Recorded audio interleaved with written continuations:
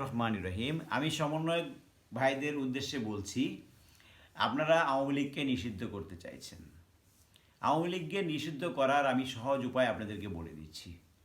সেটা হচ্ছে, যতদিন না আওয়ামী লীগের বিচার শেষ হয় ততদিন একটি এক্সিকিউটিভ অর্ডারের মাধ্যমে আওয়ামী লীগ যেন নির্বাচন না করতে পারে, এই আইন যদি আপনারা পাশ করে নিতে পারেন তাহলে কি আওয়ামী লীগ এক প্রকার নিষিদ্ধ হয়ে গেল। এখন আপনাদের বিবেচনায় থাকবে এটি আপনারা করবেন কি করবেন না। দ্বিতীয়ত, এখন আমি মনে করি অর্থনীতি লিপ্সা মানুষকে স্বৈরাচারী হতে সাহায্য করে। আপনারা সবসময় আমার লেকচারে আমি বলে থাকি যে ঘুষ বন্ধ করাটা হচ্ছে আমাদের প্রথম প্রায়োরিটি।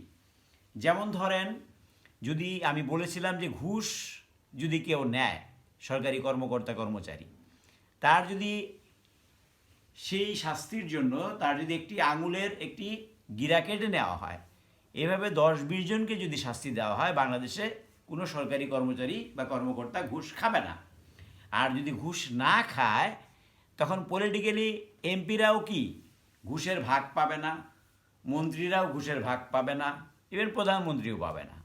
তখন আপনারা দেখবেন কি এই সমস্ত পদে কোনো লোক খুঁজেই পাবেন না, এবং প্রধানমন্ত্রী হওয়ার জন্য লোক খুঁজতে হবে আপনাদেরকে। থ্যাংক ইউ, ভালো থাকবেন।